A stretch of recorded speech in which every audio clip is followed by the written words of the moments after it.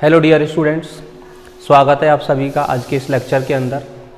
Dear students, आज हम आपका 12th क्लास का सिलेबस स्टार्ट करने जा रहे हैं और इन लेक्चर्स के माध्यम से हम आपको 12th क्लास का कंप्लीट सिलेबस कराने वाले हैं, बिल्कुल अच्छे सिस्टमेटिक तरीके से। जो भी आपको यहाँ पर पढ़ाया जाए उसके अच्छे से आप नोट्स बनाएं और जो भी DPP है उनकी PDF और नोट्स की PDF हम आपको अवेलेबल करवाते रहेंगे, जिनसे आपको अच्छे से सुविधा रहेगी। क्वेश्चन प्रैक्टिस सेट हम PDF के रूप में आपको देंगे और जो भी चैप्टर हमारा होगा उस चैप्टर को हम सबसे पहले तो स्टेट बोर्ड लेवल से कवर करेंगे और फिर उस चैप्टर को हम IIT JEE मेंस और एडवांस लेवल तक हम लोग उसको लेकर के जाएंगे।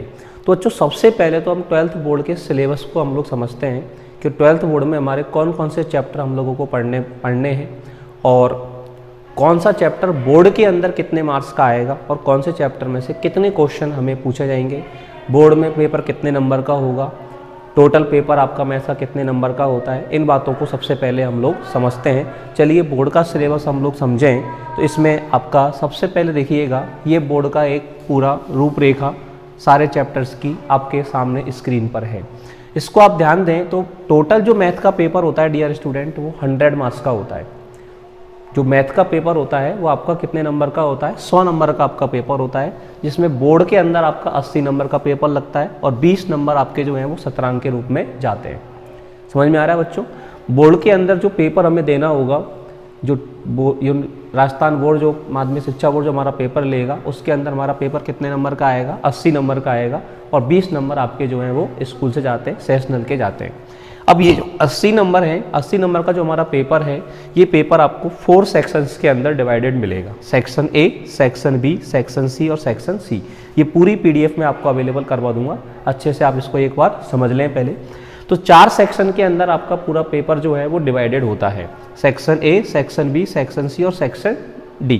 अब सेक्शन A में जो है वो टोटल एक एक नंबर के कितने प्रश्न पूछे जाते हैं, 10 प्रश्न पूछे जाते हैं। 1 into 10, 1 into 10 का मतलब है टोटल प्रश्न कितने पूछे जाएंगे, 10 प्रश्न पूछे जाएंगे और सारे प्रश्न कितने नंबर के होंगे, एक एक नंबर के होंगे। तो सेक्शन A आपका 10 मार्क्स का हो जाता है। जो आपका पहला सेक्शन है सेक्शन A, वो 10 मार्क्स का होगा और क्वेश्चन नंबर 1 से लेकर के 10 तक का होगा। 10 क्वेश्चन है तो प्रश्न नंबर 1 से लेकर प्रश्न नंबर 10 तक का जो सेक्शन होगा वो सेक्शन A होगा और हर प्रश्न जो है इसके अंदर वो आपका 1 मार्क्स का पूछा जाएगा। फिर है आपका सेक्शन B। सेक्शन B के अंदर 2-2 नंबर के प्रश्न होंगे, 2 into 5 मतलब 2-2 नंबर के प्रश्न होंगे और कितने प्रश्न इसके अंदर पूछे जाएंगे, 5 प्रश्न इसके अंदर पूछे जाएंगे। तो इस तरह से सेक्शन B भी आपका कितने मार्क्स का हो जाता है डियर स्टूडेंट्स, 10 मार्क्स का सेक्शन B आपका हो जाता है, क्वेश्चन नंबर 11 से लेकर क्वेश्चन नंबर 15 तक। फिर सेक्शन C होता है, उसमें भी आपके 10 प्रश्न पूछे जाएंगे और 10 प्रश्न जो है कितने कितने मार्क्स के होंगे, हर क्वेश्चन 3 मार्क्स का होगा। तो 30 मार्क्स का आपका सेक्शन C हो जाता है, क्वेश्चन नंबर 16 से लेकर क्वेश्चन नंबर 25 तक। और फिर आपके 5 क्वेश्चन आएंगे 6-6 नंबर के, 6 मार्क्स के 5 क्वेश्चन, 6 into 5 तो 30 मार्क्स का आपका सेक्शन D हो जाएगा, क्वेश्चन नंबर 26 से लेकर क्वेश्चन नंबर 30 तक। इस तरह से आपके बोर्ड के अंदर टोटल 30 प्रश्न पूछे जाएंगे। कितने क्वेश्चन पूछे जाएंगे डियर स्टूडेंट्स, 30 क्वेश्चंस आपसे बोर्ड एग्जाम में पूछे जाएंगे। उनमें से 10 क्वेश्चन 1 नंबर के होंगे, 5 क्वेश्चन 2-2 नंबर के होंगे, 10 क्वेश्चन 3 नंबर के होंगे और 5 क्वेश्चन 6 मार्क्स के होंगे। ठीक है, ये तो आपका था बोर्ड के अंदर मार्क्स डिस्ट्रीब्यूशन सेक्शन वाइज। अब हमारे चैप्टर्स देखते हैं तो बोर्ड के अंदर, हमारे राजस्थान बोर्ड के अंदर 16 चैप्टर्स हैं। ठीक है बच्चों, तो आपके ये टोटल कितने चैप्टर हैं बोर्ड के अंदर, 16 चैप्टर्स हैं। पहला चैप्टर है आपका कंपोजिट ऑफ फंक्शन, संयुक्त फलन, और ये चैप्टर आपका 3 मार्क्स का चैप्टर है। कितने मार्क्स का चैप्टर है बच्चों, पहला चैप्टर 3 मार्क्स का। 3 मार्क्स के ब्रैकेट में हमने लिखा है 1+2। 1+2 का मतलब क्या है कि इस पहले चैप्टर में से 2 क्वेश्चन पूछे जाएंगे, जिनमें से एक क्वेश्चन तो 1 मार्क्स का होगा और एक क्वेश्चन 2 मार्क्स का होगा। ठीक है डियर स्टूडेंट्स। दूसरा चैप्टर है आपका इनवर्स ट्रिग्नोमेट्रिकल फंक्शन, प्रतिलोम त्रिकोणमितीय फलन, और ये चैप्टर आपका कितने मार्क्स का है, 4 मार्क्स का है। सामने आप देख रहे हैं 1+3 मतलब एक क्वेश्चन इसमें से 1 मार्क्स का आएगा और एक क्वेश्चन 3 मार्क्स का आएगा। जो 3 मार्क्स का क्वेश्चन है इस पर हम लोग स्टार लगा रहे हैं। स्टार लगाने का मतलब है जो 3 मार्क्स का क्वेश्चन है ये आपको अथवा में मिलेगा। मतलब इस चैप्टर में से जो 3 मार्क्स का क्वेश्चन आएगा उसमें 2 क्वेश्चन होंगे, उन दोनों क्वेश्चन में से एक करना पड़ेगा। 3 मार्क्स का जो क्वेश्चन है उसके साथ में आपको अथवा में एक क्वेश्चन भी मिलेगा। तो दूसरा चैप्टर जो है वो आपका कितने मार्क्स का है, 4 मार्क्स का है, 1+3। फिर तीसरा चैप्टर है आपका मैट्रिक्स का। मैट्रिक्स का जो चैप्टर है वो आपका 3 मार्क्स का है, 1+2, इसमें से एक क्वेश्चन 1 मार्क्स का आएगा और एक क्वेश्चन 2 मार्क्स का आएगा, ठीक है। फोर्थ चैप्टर है आपका डिटर्मिनेंट का। ये चैप्टर आपका जो है ये भी 3 मार्क्स का है और इसके अंदर से एक ही क्वेश्चन आपसे पूछा जाएगा 3 मार्क्स का। पांचवा चैप्टर है आपका inverse of A matrix and linear equation, आव्यूह का प्रतिलोम, प्रतिलोम आव्यूह और रैखिक समीकरण। और ये जो चैप्टर है आपका ये 4 मार्क्स का चैप्टर है, ठीक बच्चों। तो पांचवा चैप्टर आपका जो है कितने मार्क्स का है, 4 नंबर का है और 1+3 मतलब इसमें से एक क्वेश्चन 1 मार्क्स का आएगा और एक क्वेश्चन 3 मार्क्स का आएगा। फिर क्वेश्चन नंबर चैप्टर नंबर 6 है आपका कंटिन्यूटी एंड डिफरेंशियबिलिटी। ये चैप्टर आपका कितने मार्क्स का है, कंटिन्यूटी एंड डिफरेंशियबिलिटी आपका 2 मार्क्स का है, तो 2 नंबर का एक प्रश्न इसमें से आपसे पूछा जाएगा। सातवां चैप्टर जो है, सॉरी एक मिनट रुकना, ठीक बच्चों। तो छठे चैप्टर में से एक क्वेश्चन 2 मार्क्स का आएगा। सातवां चैप्टर आपका डेरिवेटिव अवकलन का है, इसमें से 6 नंबर का एक क्वेश्चन आपसे पूछा जाएगा। आठवां चैप्टर एप्लीकेशन ऑफ डेरिवेटिव, अवकलज के अनुप्रयोग, ये भी आपका 6 नंबर का है और इसमें से 3 मार्क्स के 2 क्वेश्चन आपसे पूछे जाएंगे। आठवां चैप्टर है आपका एप्लीकेशन ऑफ डेरिवेटिव, इसमें से 3 मार्क्स के 2 क्वेश्चन आपसे पूछे जाएंगे। 9वां चैप्टर है इंटीग्रेशन का और इंटीग्रेशन का जो चैप्टर है ये आपका कितने मार्क्स का है, 6 मार्क्स का है। इसमें से 3 क्वेश्चन आपसे पूछे जाएंगे 1+2+3, एक क्वेश्चन आएगा 1 नंबर का, एक क्वेश्चन आएगा 2 मार्क्स का और एक क्वेश्चन आएगा 3 मार्क्स का। चैप्टर नंबर 10 है डेफिनेट इंटीग्रेशन, निश्चित समाकलन, इसमें से एक ही प्रश्न आएगा 6 मार्क्स का। और क्वेश्चन नंबर वो चैप्टर नंबर 11 है एप्लीकेशन ऑफ इंटीग्रल, समाकलन के अनुप्रयोग, और ये जो चैप्टर है आपका ये 6 मार्क्स का है, 3 नंबर के 2 प्रश्न आपसे यहाँ पर पूछे जाएंगे। 12वां चैप्टर है आपका डिफरेंशियल इक्वेशन, अवकल समीकरण, और ये चैप्टर आपका 6 मार्क्स का है, एक ही क्वेश्चन आपसे यहाँ पर पूछा जाएगा 6 मार्क्स का, और ये क्वेश्चन भी आपका अथवा में आएगा 6 नंबर का, ठीक है। 6 मार्क्स का जो चैप्टर है ये एक ही प्रश्न इसके अंदर पूछा जाएगा, 2 क्वेश्चन इसमें पूछे जाएंगे और दोनों क्वेश्चन में से एक क्वेश्चन आप लोगों को करना है, ठीक है। ये आपका कौन सा चैप्टर हो गया, 12वां चैप्टर। 13वां चैप्टर है आपका वेक्टर का, ठीक है। वेक्टर का जो चैप्टर है ये बहुत ही इंपॉर्टेंट चैप्टर है, 7 मार्क्स का चैप्टर है, बहुत ही इजी चैप्टर है, स्कोरिंग चैप्टर है, और इसमें से 4 क्वेश्चन आपसे पूछे जाते हैं, 1+1+2+3, मतलब 2 क्वेश्चन आते हैं 1 नंबर के, एक क्वेश्चन आता है 2 नंबर का और एक क्वेश्चन आता है 3 नंबर का। तो 3 नंबर का जो क्वेश्चन है ये इस पर भी हम स्टार मार्क करेंगे, मतलब ये क्वेश्चन भी आपको अथवा के अंदर मिलेगा। 13वां चैप्टर है आपका 3 dimensional coordinate geometry. 3 dimensional coordinate geometry का जो ये चैप्टर है ये भी आपका 7 मार्क्स का है और इसमें से भी आपको 2 क्वेश्चन पूछे जाएंगे, एक क्वेश्चन 1 नंबर का होगा और एक क्वेश्चन 6 मार्क्स का होगा। इसके बाद में 14 चैप्टर है आपका लीनियर प्रोग्रामिंग का, और लीनियर प्रोग्रामिंग का चैप्टर आपका 4 मार्क्स का है, 2 क्वेश्चन इसमें से आपसे पूछे जाएंगे, एक क्वेश्चन 1 नंबर का होगा और एक क्वेश्चन 3 नंबर का होगा, ठीक है। इसके बाद में चैप्टर नंबर जो 15 है वो है आपका, ठीक है। तो लास्ट जो चैप्टर है आपका, सॉरी ये जो लीनियर प्रोग्रामिंग का चैप्टर है आपका 15th चैप्टर था, और फिर इसके बाद लास्ट चैप्टर है आपका प्रोबेबिलिटी का, और प्रोबेबिलिटी का जो चैप्टर है वो भी आपका 7 मार्क्स का है, और 7 मार्क्स में 2 क्वेश्चन इसमें से पूछे जाएंगे, एक नंबर का और एक 6 मार्क्स का। 6 मार्क्स का जो क्वेश्चन है ये आपको अथवा में मिलेगा, ठीक है। तो अथवा में आपको 5 क्वेश्चन मिलेंगे, एक तो इसके अंदर से मिलेगा, एक आपका जो इंटीग्रेशन का चैप्टर है चैप्टर नंबर 9, इसके अंदर जो 3 मार्क्स का चैप्टर क्वेश्चन आएगा ये भी आपको अथवा में मिलेगा, मतलब चैप्टर नंबर 2 में से 3 मार्क्स का क्वेश्चन, चैप्टर नंबर 9 में से 3 मार्क्स का क्वेश्चन, चैप्टर नंबर 10 में से 6 मार्क्स का क्वेश्चन, चैप्टर नंबर 13 में से 3 मार्क्स का क्वेश्चन, और चैप्टर नंबर 16 में से 6 मार्क्स का जो क्वेश्चन है ये आपको अथवा में मिलेंगे।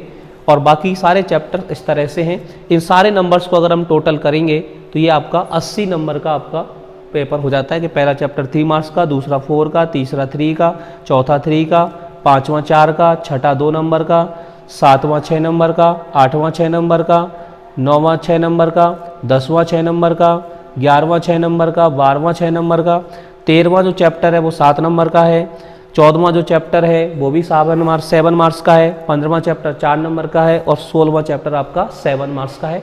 ये आपका चैप्टर वाइज मार्क डिस्ट्रीब्यूशन था, जो मैंने आपको यहाँ पर समझाया है कि कौन सा चैप्टर आपका कितने मार्क्स का है और कितने क्वेश्चन इनमें से पूछे जाएंगे, इस बारे में हमने यहाँ पर डिस्कशन किया है। इसके बाद में हम लोग आज आपका स्टार्ट कर रहे हैं। सबसे पहले हम यहाँ से हमारी कहानी स्टार्ट करेंगे चैप्टर नंबर 3 से। मैट्रिक्स वाले चैप्टर को हम लोग पढ़ने वाले हैं, तो इस चैप्टर को हम लोग स्टार्ट करते हैं। मैट्रिक्स जो आपका कितने नंबर का चैप्टर है, 3 मार्क्स का चैप्टर है। 2 क्वेश्चन इसमें से आपको पूछे जाएंगे, एक क्वेश्चन 1 नंबर का और एक क्वेश्चन 2 नंबर का। तो चलिए इस चैप्टर को हम लोग स्टार्ट करते हैं। ये चैप्टर है आपका मैट्रिक्स, ठीक है। मैट्रिसेज का मतलब होता है आव्यूह, इसको हम लोग पढ़ने जा रहे हैं। और ये जो चैप्टर है ये आपका 3 मार्क्स का चैप्टर है। मैंने अभी आपको समझाया कि चैप्टर नंबर 3 कितने मार्क्स का है, 3 मार्क्स का है। 1+2 मतलब एक क्वेश्चन इसमें से 1 नंबर का पूछा जाएगा और एक क्वेश्चन इसमें से 2 नंबर का पूछा जाएगा। तो चलिए स्टार्ट करते हैं इस चैप्टर को हम लोग। देखिएगा, देखिए बच्चों, तो मैट्रिक्स जो होती है अपन की, मैट्रिक्स क्या होता है? मैट्रिक्स का मतलब होता है संख्याओं का आयताकार व्यवस्थित रूप, rectangular arrangement of numbers. Numbers का जो रेक्टेंगुलर अरेंजमेंट होता है, संख्याओं का जो आयताकार व्यवस्थित रूप होता है, उस आयताकार व्यवस्थित रूप को हम लोग किस नाम से जानते हैं? आव्यूह के नाम से जानते हैं, मैट्रिक्स के नाम से जानते हैं। किस तरह से होता है जरा एक बार अपन लोग देखें। कुछ नंबर्स हमने यहाँ पर लिए 1 2 3 4 5 6। अब देखो एक कुछ नंबर्स हमारे पास में है 6 नंबर्स, और 6 नंबर्स को हमने अरेंज किया है। तो इनकी शक्ल अगर हम लोग देखें तो इनकी शक्ल कैसी दिख रही है? हमें एक रेक्टेंगल के जैसी दिख रही है, रेक्टेंगल के जैसी दिख रही है। तो अब इनको ये जो व्यवस्थित रूप है रेक्टेंगल के रूप में, ये व्यवस्थित रूप ही मैट्रिक्स के नाम से जाना जाता है। अब इनको रिप्रेजेंट करने के लिए, इनको बंद करने के लिए हम लोग बड़े कोष्ठक का यूज कर सकते हैं, इनको बंद करने के लिए हम लोग छोटे कोष्ठक का यूज कर सकते हैं, या फिर हम ऐसा भी कर सकते हैं 2 खड़े डंडे इधर की तरफ और 2 खड़े डंडे इधर की तरफ। इस तरह से भी इनको लगाया जा सकता है।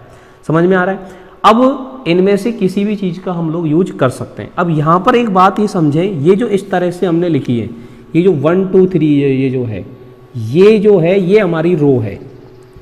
ये क्या है? रो। 4 5 6 ये जो हमने लिखा है ये भी हमारी क्या है? रो। अब ये जो रो है, ये रो हमारी R1 है, फर्स्ट रो है, पहली रो है तो इसको R1 नाम देंगे, और ये हमारी सेकंड रो है तो इसको हम लोग R2 बोलेंगे। इस तरह से हम लोग देखें तो ये जो है ये तो हमारी इस तरह से होगी रो, और इस तरह से ये जो होते हैं ये होते हैं हमारे कॉलम। जो 1 4 है ये हमारे पास क्या हो जाएगा? पहला कॉलम। पहला कॉलम है तो इसको क्या बोलेंगे? C1। 2 5 है तो ये हमारे पास हो जाएगा दूसरा कॉलम, दूसरा कॉलम हो जाएगा तो इसको बोलेंगे C2। 3 6 है ये हमारे पास हो जाएगा तीसरा कॉलम, तीसरा कॉलम हो जाएगा तो इसको बोलेंगे C3। तो इस तरह से रो 1 रो 2 रो 1 और रो 2, और ये कॉलम 1 कॉलम 2 कॉलम 3। तो नंबर्स को रो और कॉलम के रूप में अरेंज करना, नंबर्स को रेक्टेंगल के रूप में अरेंज करना क्या कहलाता है? मैट्रिक्स कहलाता है। समझ में आ गया? अभी इस क्रम को अपन लोग आगे बढ़ाते हैं, यहाँ तक हम लोग नोट कर लें। चलिएगा, अब देखिए बच्चों, एक मैट्रिक्स को हम लोग रिप्रेजेंट करने के लिए इंग्लिश अल्फ़ाबेट के कैपिटल लेटर्स का यूज करते हैं। किसका यूज करते हैं? इंग्लिश अल्फ़ाबेट के कैपिटल लेटर्स का। अब एक मैट्रिक्स कैपिटल A बराबर यहाँ पर हम लोग लिख रहे हैं 2 3 4 5 8 7 0 1 2, ठीक है। इधर बढ़ा दें 1 0 5। ये एक मैट्रिक्स हमने यहाँ पर लिखी। अब इस मैट्रिक्स को जरा हम लोग गौर करें। नंबर्स का एक रेक्टेंगुलर अरेंजमेंट है, संख्याओं का एक आयताकार व्यवस्थित रूप है, नंबर्स को हमने रो और कॉलम्स के रूप में अरेंज किया है। तो ये अरेंजमेंट क्या कहलाता है? मैट्रिक्स। ये जो है ये आपकी क्या हो गई? रो 1 हो गई, पहली रो हो गई। ये आपके पास दूसरी रो हो गई, रो 2। रो 1 क्या है? 2 3 4 1। रो 2 क्या है? 5 8 7 0। और ये आपकी रो 3 हो गई, और रो 3 में आपके क्या है? 0 1 2 5। ये जो है ये आपका 2 5 0 का पहला कॉलम हो गया C1। 3 8 1 का ये आपका दूसरा कॉलम हो गया C2। 4 7 2 ये आपका तीसरा कॉलम हो गया C3। 1 0 5 ये आपका चौथा कॉलम हो गया C4। समझ में आया? अब इसके अंदर आप ध्यान से देख पा रहे हैं कि कितनी रो है हमारे पास? 3 रो है। और कितने कॉलम्स हैं हमारे पास? 4 कॉलम्स हैं। जब 3 रो और 4 कॉलम्स हमारे पास है तो यहाँ मैट्रिक्स के चरणों में यहाँ पर हम लोग लिख देंगे 3 × 4। क्या लिख देंगे यहाँ पर? 3 × 4। अब 3 × 4 जो है यहाँ पर ये जो 3 है, ये 3 पहले जो लिखा हुआ है ये किस बात को दिखा रहा है बच्चों? नंबर ऑफ रो को दिखा रहा है। कितनी पंक्तियां हैं इस बात को दिखा रहा है। और जो 4 है, ये 4 किस बात को दिखा रहा है प्यारे बच्चों, ये दिखा रहा है नंबर ऑफ कॉलम्स को, कितने कॉलम हमारे पास में है। तो number of row into number of column, तो number of row into number of column, ये जो हमने यहाँ पर लिखा है, ये हमें क्या बात को दर्शाएगा, ये दर्शाता है ऑर्डर ऑफ मैट्रिक्स को। 3 इंटू 4, ये इसको क्या कहा जाता है, इसको कहा जाता है ऑर्डर ऑफ मैट्रिक्स। क्या कहा जाएगा प्यारे बच्चों, ऑर्डर ऑफ मैट्रिक्स, आव्यूह की कोटि। हिंदी में बात करें तो हिंदी में इसको बोला जाता है आव्यूह की कोटि। आव्यूह की कोटि मतलब इस मैट्रिक्स का ऑर्डर कितना है, इस मैट्रिक्स का ऑर्डर है 3 इंटू 4। अब इसमें एक बात ध्यान रखनी है बच्चों कि 3 इंटू 4 को सॉल्व करके नहीं बताना है, 12 नहीं बताना है कि आपसे पूछे मैट्रिक्स का ऑर्डर कितना है कि साथ 3 इंटू 4 इजिकल टू 12 के मैट्रिक्स का ऑर्डर 12, तो मैट्रिक्स का ऑर्डर यहाँ पर 12 नहीं है, मैट्रिक्स का ऑर्डर जो है वो यहाँ पर 3 इंटू 4 है, इसको हम सॉल्व नहीं करते हैं। मैट्रिक्स का जब ऑर्डर हम लोग बताते हैं तो मैट्रिक्स का ऑर्डर क्या होता है प्यारे बच्चों, मैट्रिक्स का ऑर्डर होता है number of row into number of column. किसी भी मैट्रिक्स का ऑर्डर आपको देखना है तो आप ये देखो उस मैट्रिक्स में कितनी रो है, उस मैट्रिक्स के अंदर कितने कॉलम हैं, तो number of row into number of column उसके ऑर्डर को दर्शाएगा। एक दो एग्जाम्पल लिख करके मैं आपको समझाता हूं, देखिएगा। अब देखो बच्चों, जैसे एक मैट्रिक्स कैपिटल ए बराबर लिखी है हमने 1 2 3 4। अब इसके अंदर आप देखो कितनी रो है, इसके अंदर ये रो 1 और रो 2, ये कॉलम 1 और ये कॉलम 2, ये पहली रो गई 1 2 3 4, दूसरी रो गई 1 3 पहला कॉलम हो गया, 2 4 दूसरा कॉलम हो गया। तो इसके अंदर 2 रो है और 2 ही कॉलम है, तो इस मैट्रिक्स का ऑर्डर जो है वो कितना हो गया 2 इंटू 2।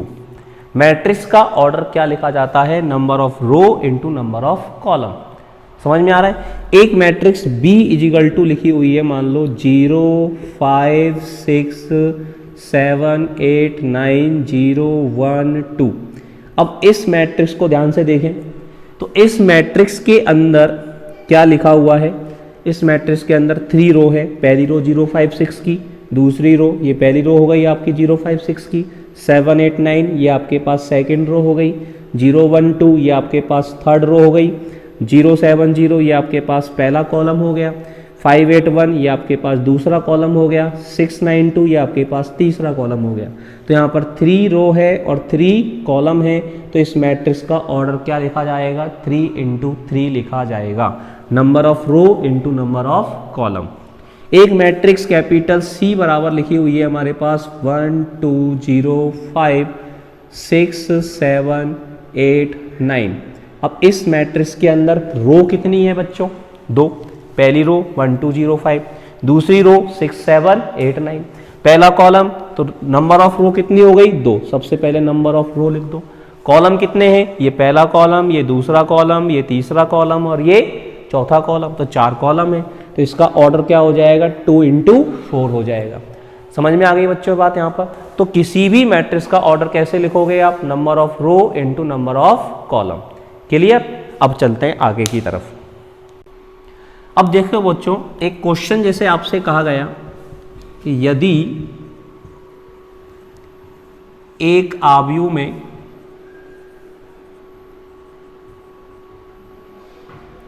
अठारह अवयव हैं तो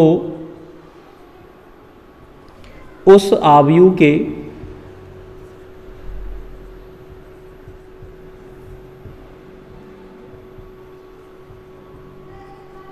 संभावित क्रम क्या होंगे। ये एक प्रश्न आपको दिया गया है कि एक मैट्रिक्स के अंदर अगर 18 अवयव हैं, इंग्लिश में अपन समझ सकते हैं इसको, आव्यूह का मतलब आप समझ पा रहे होंगे, मैट्रिक्स है, अवयव का मतलब होता है, अवयव को अपन बोलते हैं एलिमेंट, अंग्रेजी भाषा में बात करें तो उस मैट्रिक्स के आव्यूह बोले तो मैट्रिक्स के संभावित क्रम, पॉसिबल ऑर्डर्स, उस मैट्रिक्स के क्या क्या ऑर्डर्स पॉसिबल होंगे। यदि किसी मैट्रिक्स के अंदर 18 एलिमेंट हैं, अब एलिमेंट का मतलब क्या होता है बच्चों, जैसे अभी हमने कोई मैट्रिक्स लिखी A बराबर 1 2 3 4 5 6, तो इस मैट्रिक्स के अंदर जो संख्याएं लिखी हुई है 1 2 3 4 5 6, इन संख्याओं को हम लोग क्या कहते हैं, एलिमेंट्स कहते हैं। इनको एलिमेंट्स कहा जाता है। अब इनको जब हम लोग एलिमेंट्स कहते हैं तो इस बारे में हमें बात करनी है कि किसी मैट्रिक्स के अंदर 18 एलिमेंट्स आपको दिए हैं, कि टोटल एलिमेंट्स उस मैट्रिक्स के अंदर 18 हैं, तो बताओ उसके पॉसिबल ऑर्डर्स क्या क्या होंगे। मतलब हमें ये बताना है कि इन 18 एलिमेंट्स को हम कितने प्रकार से अरेंज कर सकते हैं। तो बच्चों हमें ये देखना होता है कि इस 18 को हम दो नंबर्स के मल्टीप्लाई के रूप में कितने प्रकार से लिख सकते हैं। तो आपको पता है 18 को हम लिख सकते हैं 1 गुणा 18। 1 गुणा 18 का मतलब है एक पंक्ति और 18 कॉलम, मतलब एक ही पंक्ति में 18 अवयवों को जमा दिया जाए। 18 अवयवों को, 18 एलिमेंट्स को जमाने के, अरेंज करने के कितने तरीके, क्या क्या तरीके हमारे पास हो सकते हैं, वो हमें देखना है कि एक ही रो में क्या जमा दिया जाए, 18 एलिमेंट्स को जमा दिया जाए, या हो सकता है इसको हम 2 into 9 भी लिख सकते हैं। 18 को 2 into 9 करेंगे तब भी तो हमारे पास कितना आएगा, 18 आएगा। मतलब दो रो बना दी जाए, एक रो में 9 एलिमेंट और दूसरी रो में 9 एलिमेंट। तो पहली रो में 9 एलिमेंट जमाएंगे, दूसरी रो में 9 एलिमेंट जमाएंगे, तो टोटल 18 एलिमेंट्स हमारे पास में हो जाएंगे। तो 2 into 9 के फॉर्मेट में भी इनको लिखा जा सकता है। और क्या लिख सकते हो बच्चों, 3 into 6 लिख सकते हैं। 4 का डिवाइड 18 में होता नहीं है, तो 4 से आएगा नहीं, 5 का डिवाइड होता नहीं है। अब वापस से ये अरेंज उल्टा करना शुरू कर दो, 3 into 6 6 into 3 भी तो कर सकते हैं। 6 रो बना दो 3 की, पहली रो में 3, दूसरी रो में 3, तीसरी रो में 3, चौथी रो में 3, पांचवी रो में 3 और छठी रो में 3। 6 into 3, या फिर इसके बाद में फिर इसका उल्टा कर दो, सीधा ये बनेगा 9 into 2 और फिर ये आ जाएगा हमारे पास 18 into 1। मतलब 18 को दो नंबर्स के मल्टीप्लाई के रूप में कितने प्रकार से लिखा जा सकता है। तो इस मैट्रिक्स के पॉसिबल ऑर्डर्स क्या क्या हो गए, एक तो हो गया 1 into 18, एक हो गया 2 into 9, एक हो गया 3 into 6, एक हो गया 6 into 3, एक हो गया 9 into 2 और एक हो गया 18 into 1। समझ में आ गई बात। आपसे कहा जाता है कि एक आव्यूह में अगर 24 एलिमेंट्स हैं, क्या कह दिया जाता, एक मैट्रिक्स के अंदर अगर 24 एलिमेंट्स हैं तो उस मैट्रिक्स के संभावित क्रम क्या क्या होंगे, उस मैट्रिक्स के पॉसिबल ऑर्डर्स क्या क्या होंगे, ये हम लोगों को देखना है। अब 24 है तो हमें ये देखना पड़ेगा कि 24 को दो नंबर्स के मल्टीप्लाई के रूप में कितने प्रकार से लिख सकते हो। 24 को कैसे कैसे लिख सकते हैं, 24 को लिखा जा सकता है 1 into 24। क्या लिखा जा सकता है बच्चों, 2 into 12 लिखा जा सकता है। और क्या लिखा जा सकता है, 3 into 8 लिख सकते हैं। और क्या लिखा जा सकता है, 4 into 6 लिख सकते हैं। अब 4 से आगे जाएगा नहीं, 5 पे होता नहीं है, 6 से वापस कहानी शुरू हो जाएगी, तो 6 into 4 हो गया। इसका उल्टा कर देंगे, फिर 8 into 3 हो गया और फिर 12 into 2 हो गया और फिर 24 into 1 हो गया। तो 24 को दो नंबर्स के मल्टीप्लाई के रूप में इन प्रकारों से लिखा जा सकता है, 1 into 24, 2 into 12, 3 into 8, 4 into 6, 6 into 4, 8 into 3, 12 into 2, 24 into 1। तो ये इस मैट्रिक्स के पॉसिबल ऑर्डर्स हो गए। तो किसी मैट्रिक्स के अंदर 24 एलिमेंट्स हैं तो उस मैट्रिक्स के पॉसिबल ऑर्डर्स क्या क्या होंगे, 1 into 24, 2 into 12, 3 into 8, 4 into 6, 6 into 4, 8 into 3, 12 into 2, 24 into 1। समझ में आ गई बात इस तरह से, क्लियर सब लोगों को। चलिए आगे की तरफ हम लोग चलते हैं। अब देखिए बच्चों, अब हम लोग देखते हैं मैट्रिक्स का संकेतन। मैट्रिक्स का संकेतन, या अंग्रेजी में बात करें तो नोटेशन। मैट्रिक्स का नोटेशन क्या होता है, मैट्रिक्स का संकेतन क्या है, किस तरह से मैट्रिक्स को लिखा जाता है। बच्चों मैट्रिक्स आपको कई बार शॉर्ट फॉर्म में इस तरह से देखने को मिलेगी कि एक मैट्रिक्स कैपिटल ए बराबर AIJ M into N। अब इसको पढ़ना सीखते हैं कि इसका मतलब क्या है, ठीक है ना। ध्यान से समझना, ध्यान से देखना, एनर्जी बरकरार बनाए रखना, पूरे टॉपिक को अच्छी तरह से स्ट्रॉन्ग करा दूंगा मैं आपका। बने रहना, बस नोट्स प्रॉपर रूप से तैयार करना, समय बर्बाद बिल्कुल नहीं करना है, ठीक है ना। ये नहीं कि क्योंकि बेटा सब चीज़ वापस आ सकते हैं लेकिन बीता हुआ समय हमारे पास वापस नहीं आ सकता है। तो अच्छे से हमें हमारी तैयारी शुरू कर देनी है।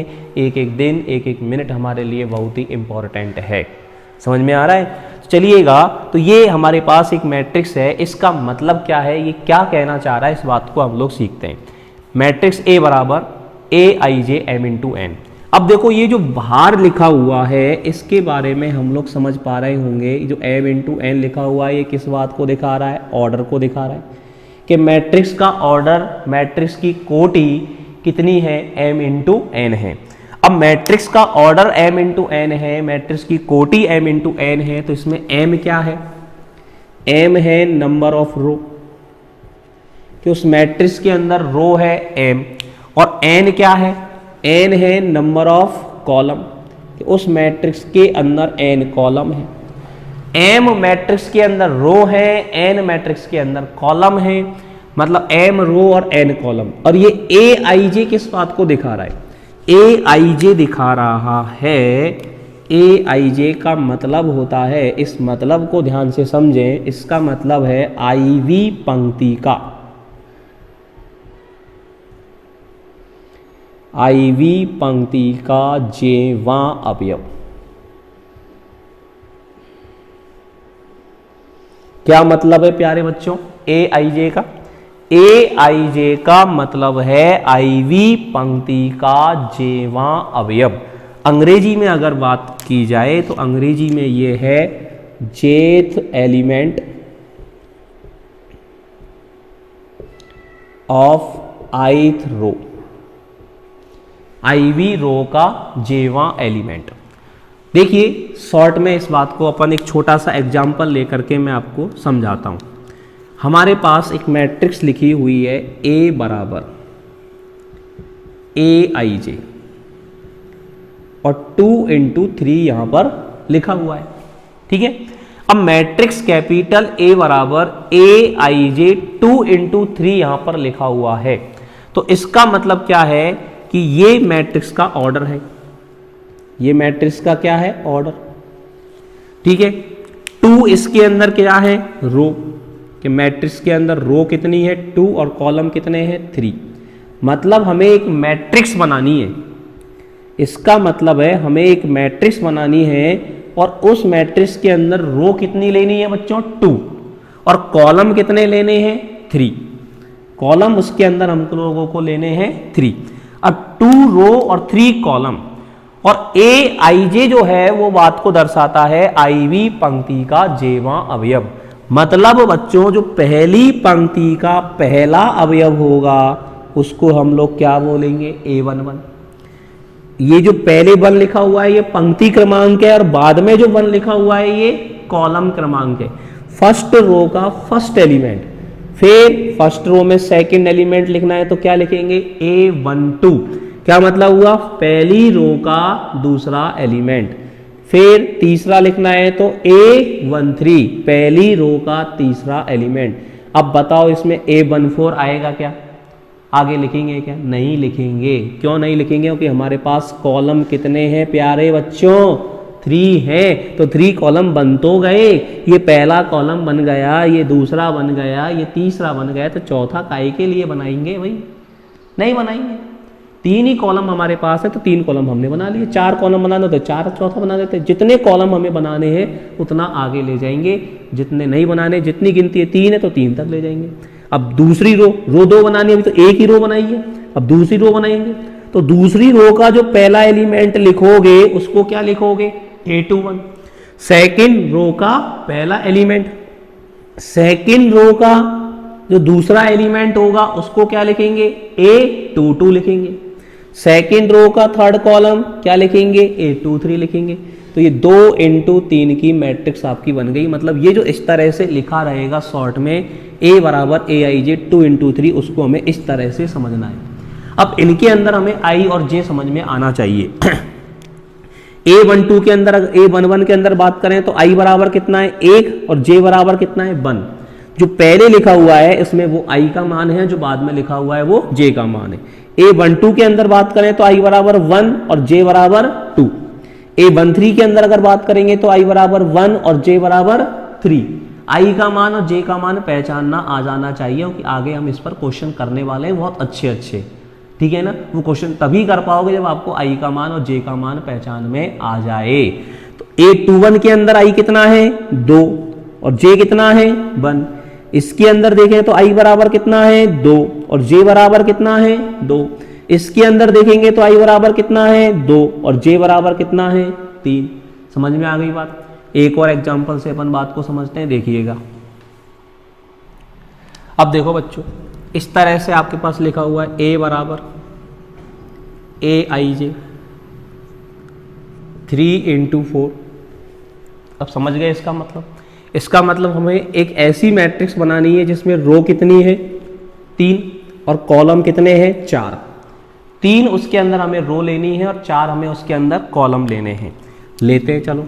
तो a बराबर क्या बनेगा, फर्स्ट रो का first element a11, first row का सेकंड एलिमेंट लिखेंगे a12, फर्स्ट रो का थर्ड एलिमेंट लिखेंगे a13।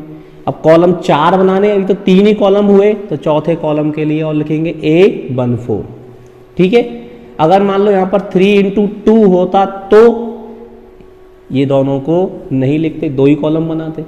ठीक है। यहाँ पर 4 लिखा हुआ है हमारे पास अभी, तो हमने 4 कॉलम्स बनाए a13 a14। अब 3 रो बनानी है, अभी तो पहली रो बनाई है, अब दूसरी रो बनाओ a21 a22 a23 a24। तीसरी रो बनाएंगे a31 a32 a33 और a34। ये तीसरी रो हमने बना दी। ठीक है। तो ये आपके पास हो गया 3 × 4, मतलब इस मैट्रिक्स का ऑर्डर जो है वो आपके पास कितना हो गया 3 × 4। ठीक है। ठीक है। अब सबके अंदर i और j पहचान सकते हैं अपन लोग। इसके अंदर बात करें तो i बराबर 1, j बराबर 1, i बराबर 1, j बराबर 2। इसके अंदर देखेंगे तो i का मान 1, j का मान 3। इसके अंदर देखेंगे तो i का मान 1, j का मान 4। यहाँ देखेंगे तो i बराबर 2, j बराबर 1। जो पहले लिखा हुआ है वो i का मान, जो बाद में लिखा हुआ है वो j का मान। i बराबर 2, j बराबर 2, i बराबर 2, j बराबर 3। बोलते जाओ साथ साथ। i बराबर 2, j बराबर 4। ये i बराबर 3, j बराबर 1, i बराबर 3, j बराबर 2, i बराबर 3, j बराबर 3, i बराबर 3, j बराबर 4। क्लियर? समझ में आ गया सब लोगों को?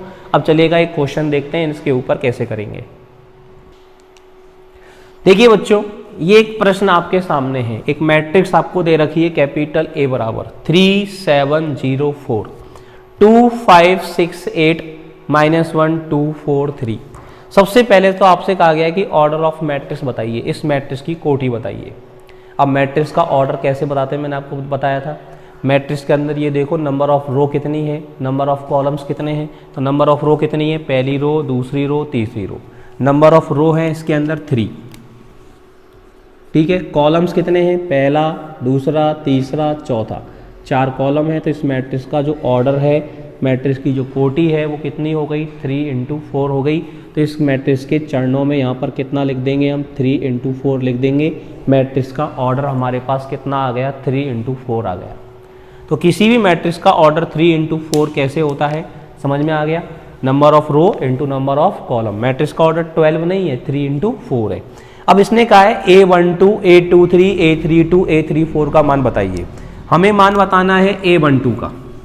किसका मान बताना है a12। तो a12 का मतलब क्या है, फर्स्ट रो। पहले 1 लिखा हुआ है मतलब पहली रो, बाद में 2 लिखा हुआ है मतलब दूसरा एलिमेंट। तो पहली रो में दूसरा एलिमेंट कौन लिखा हुआ है 7 लिखा हुआ है। तो a12 का जो मान है वो कितना हो गया 7 हो गया। फिर हमसे मान पूछा है उसने a23 का। तो a23 का मतलब क्या हो गया, 2 लिखा हुआ है तो सेकंड रो में क्या देखना है थर्ड एलिमेंट। तो सेकंड रो में थर्ड एलिमेंट क्या लिखा हुआ है प्यारे बच्चों 6 लिखा हुआ है। तो a23 का मान कितना हो गया 6 हो गया। समझ में आ रही है बात। फिर हमसे कहा गया है a32 का मान बताइए। तो a32 का मान जब हम लोग बताएंगे तो a32 का मतलब क्या हो गया, थर्ड रो में देखना है सेकंड एलिमेंट। थर्ड रो ये रही और इसमें सेकंड एलिमेंट कितना है 2। तो a32 का मान किसके बराबर हो गया 2 के बराबर हो गया।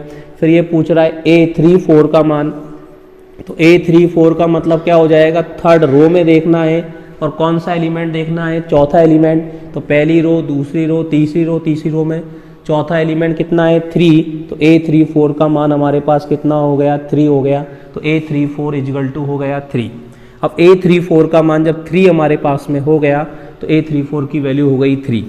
तो A34 का मान, A34 का मान 3 हो गया। तो इस तरह से किसी भी एलिमेंट का मान हम लोग बता सकते हैं। अब बच्चों इसके अंदर आपसे एक क्वेश्चन इसी तरह से पूछ लेता, एक क्वेश्चन और आपसे किस तरह से इसके अंदर पूछ लेता, आपसे कहा जाता मान लीजिए A22 A31 plus A24 A33 का मान बताइए। इस तरह से भी आपसे कोई कैलकुलेशन करवा सकता है। A22 A31 plus A24 plus A33 का मान बताइए। अब इनकी वैल्यू आपको बतानी, तो सबसे पहले तो A22 का मान देखें। A22 का मतलब सेकेंड रो का सेकेंड एलिमेंट, तो सेकेंड रो में सेकेंड एलिमेंट कौन है? 5। तो A22 की वैल्यू कितनी है? 5। A31 का मान हम लोग देखें। A31 का मतलब है थर्ड रो में पहला एलिमेंट, तो थर्ड रो में पहला एलिमेंट कौन है प्यारे बच्चों? -1। तो यहाँ पर क्या आ जाएगा? -1 आ जाएगा। ठीक है। A24 देखेंगे, सेकेंड रो में फोर्थ एलिमेंट कितना है? 8। तो A24 में कितना आ जाएगा? 8 आ जाएगा। A33 देखेंगे, थर्ड रो में तीसरा एलिमेंट, थर्ड रो में तीसरा एलिमेंट कितना है? 4। तो ये एलिमेंट आपके पास 4 हो गया। तो सबकी वैल्यू लिख ली हमने। A22 का मान 5, A31 का मान -1, A24 का मान 8, A33 का मान 4। अब देखो ये वैल्यू लगाएं तो 5 इंटू होगा -1, दोनों मल्टीप्लाई में है, ये माइनस में है तो इसको ब्रैकेट में लिखेंगे, बीच में प्लस लगा हुआ है तो प्लस A24 का मान कितना है? 8 और इंटू में कितना आएगा? 4। 5 को -1 से मल्टीप्लाई करोगे तो -5 आएगा और 8 इंटू 4 कितना हो जाएगा? 32, और 32 -5 करेंगे तो कितना हो जाएगा? 27 हो जाएगा। तो इस तरह से हमारा आंसर कितना हो गया प्यारे बच्चों? 27 हो गया। समझ में आ गई सब लोगों को बात? क्लियर सब लोगों को? और चलिए और किस तरह के प्रश्न बनते हैं वो देखते हैं।